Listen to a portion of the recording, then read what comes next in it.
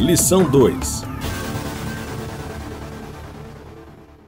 A paz do Senhor, meu querido professor, a paz do Senhor, minha querida professora, você também, superintendente de escola dominical, pastor, ministro, você que está trabalhando na área de educação cristã na escola dominical, uma honra me dirigir a você para abordar mais alguns tópicos deste trimestre, especificamente no dia de hoje, falar sobre a lição de número 2, advertências contra o adultério. Todos nós sabemos que o adultério é um pecado diante de Deus. E por que a palavra de Deus nos aconselha diversas vezes a que tenhamos muito cuidado com esse tipo de situação, postura, que pode acontecer com qualquer pessoa? Primeiro aspecto é que o adultério é uma quebra do pacto nupcial.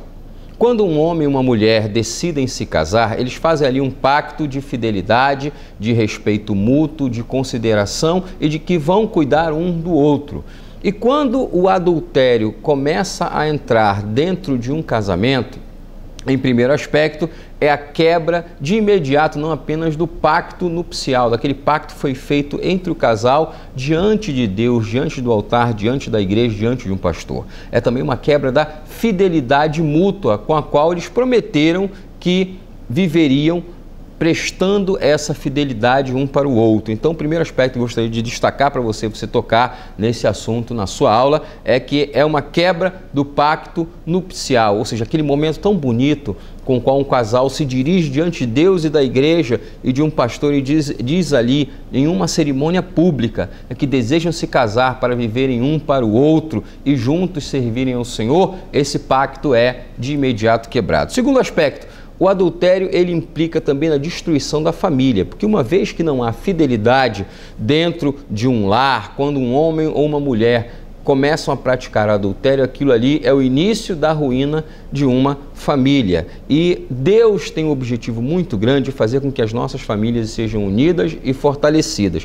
E para que essa unidade, para que esse fortalecimento seja algo constante na família, é preciso que o casal, o pai e a mãe, estejam atentos com seus sentimentos, suas vontades, seus desejos, que estejam todos sendo controlados pelo Espírito de Deus. Pois o adultério implica também a destruição da família. Talvez não naquele momento, mas no momento futuro, quando o caso for descoberto, quando o problema vier à tona, vai haver ali um constrangimento para o homem, para a mulher, os filhos vão se sentir envergonhados. Há uma série de situações que vão levar ali à destruição, não apenas do pacto nupcial, como também da própria família que existe ali por orientação do próprio Deus.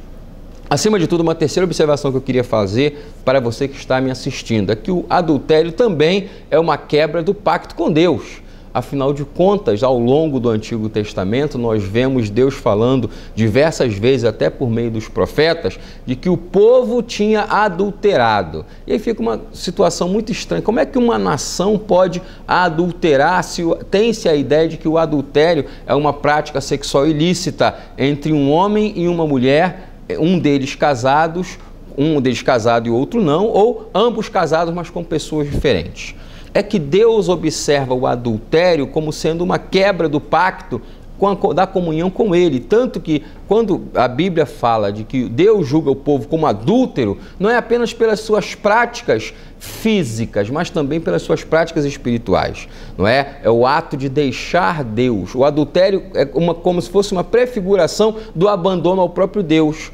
Quando nós deixamos de lado o nosso cônjuge para ficar com uma outra pessoa na cama que não é o nosso esposo, nossa esposa, nós estamos prefigurando diante de Deus também um afastamento espiritual dele. E Deus, diversas vezes ao longo do Antigo Testamento, chama a atenção disso para o povo de Israel. O meu povo adulterou, o meu povo me abandonou e foi seguir outros deuses. Havia um pacto ali de Deus com Israel, de Israel com Deus, e Israel diversas vezes vai quebrar esse pacto como nação e preferir ficar junto com outros deuses que não tinham ali nada a ver, deuses que não fizeram nada em prol de Israel. Ainda assim, esses deuses eram procurados como uma forma de adultério espiritual contra o Senhor nosso Deus. E finalmente, a última observação que eu gostaria de dizer para você trazer na sua classe: o adultério envolve o pecado sexual. Mais do que inicialmente um momento de atração emocional por uma outra pessoa que não é o nosso cônjuge, o adultério ele envolve um envolvimento, ele aborda um envolvimento físico também. Muito mais do que um envolvimento emocional, o adultério implica ali uma troca de relacionamento físico.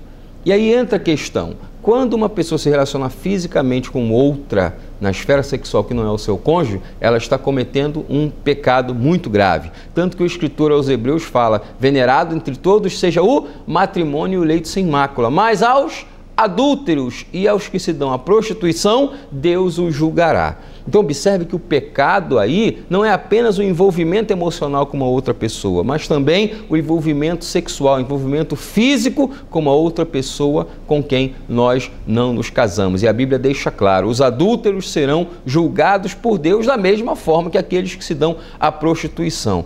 Aquele que se dá à prostituição é uma pessoa insatisfeita consigo, insatisfeita com seu corpo, que busca prazer na companhia e no ato sexual com outras pessoas, e isso é um pecado diante de Deus. E Deus deixa claro que vai julgar tanto o adúltero quanto aquele que se dá à prostituição. O próprio Deus vai cuidar desse tipo de caso. Então, são 4 advertências que eu quero relembrar a você. Primeiro, o adultério é a quebra do pacto nupcial. Segundo, o adultério implica a destruição da família.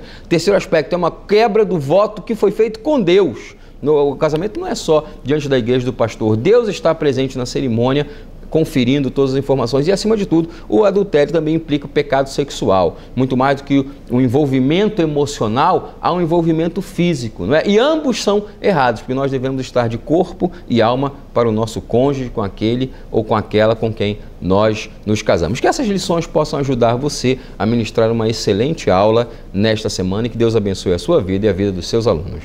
CBAD, a editora da Escola Dominical.